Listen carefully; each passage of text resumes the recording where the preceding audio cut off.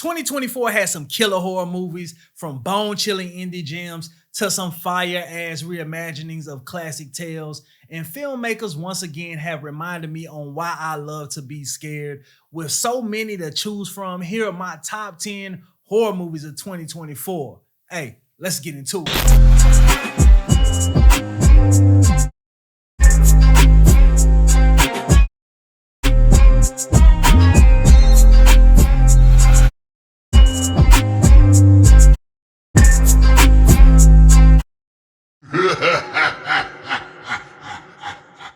Coralie gave us a hitter in 2017 with Revenge.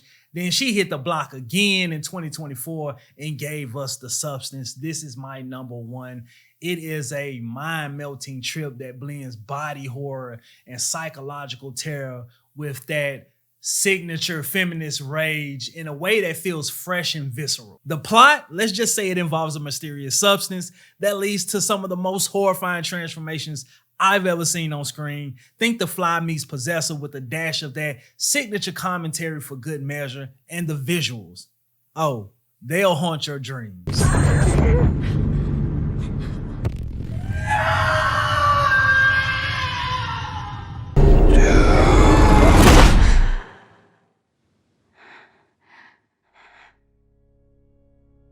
I've never shared my secret with any soul.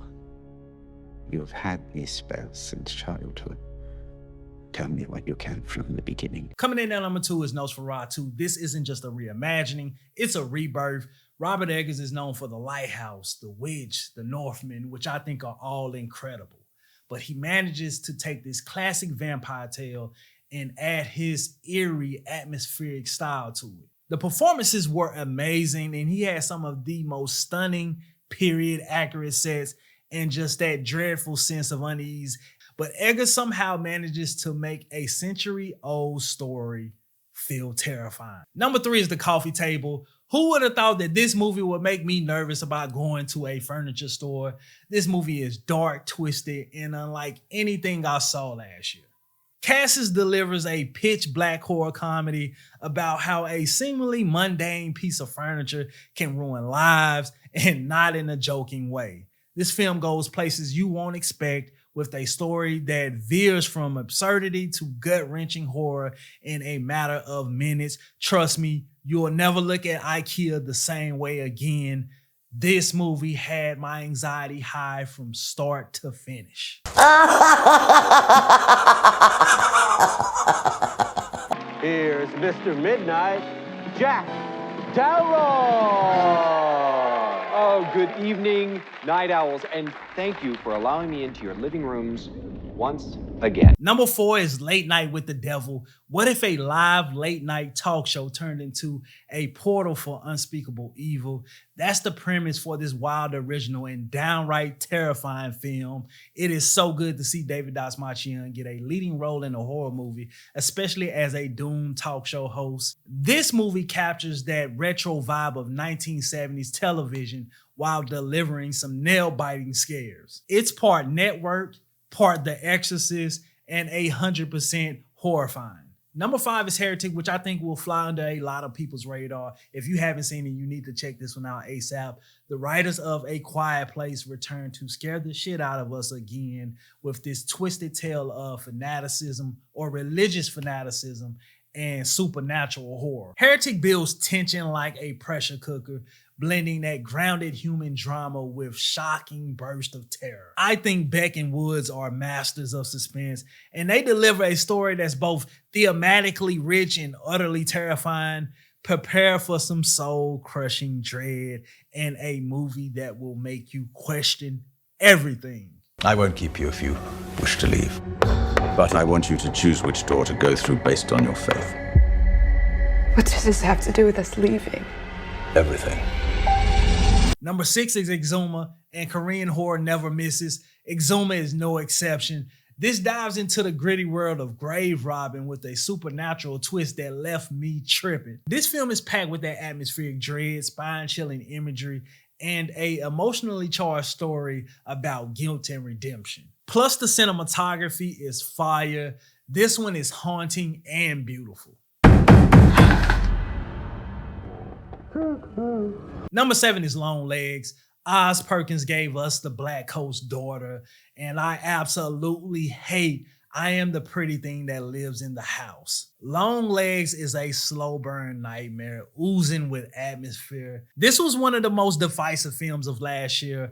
I think Oz Perkins did a phenomenal job. This is one of those films that you will have to watch more than once to catch all the subtle details that you may have missed during the first watch. I love the horror elements in this, along with the modern psychological thriller aspects. This is a film for people who love subtle and cerebral scares.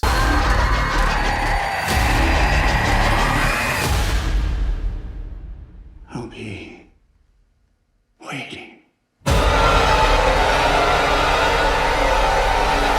Number 8 is Stopmotion. Imagine if Coraline took a hard left into some truly grotesque shit. This film is an unsettling masterpiece of animation and live action horror that plays with your mind as much as it does with its medium. This is a film that is deeper than what you see on the surface. It is a twisted take on grief, creativity, and obsession. It feels both deeply personal and universally scary. The man no one wants to meet. The Ashman. You bring it to life.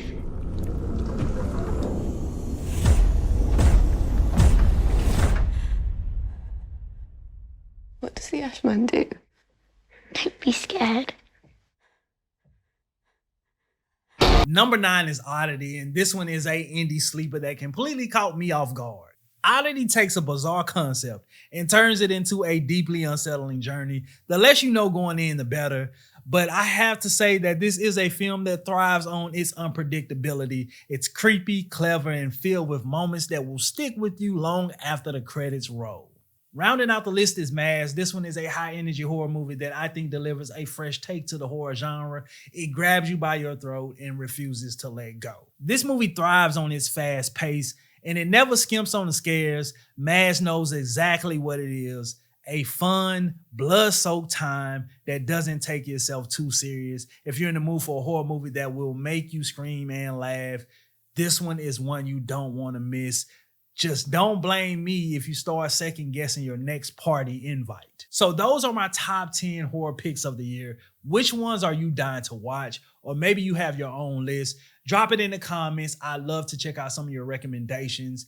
If you enjoyed this, be sure to hit that like button, subscribe, and share this video with your fellow horror junkies. Until next time, it's your boy Bobby at Watch Real Flicks, and I'm out.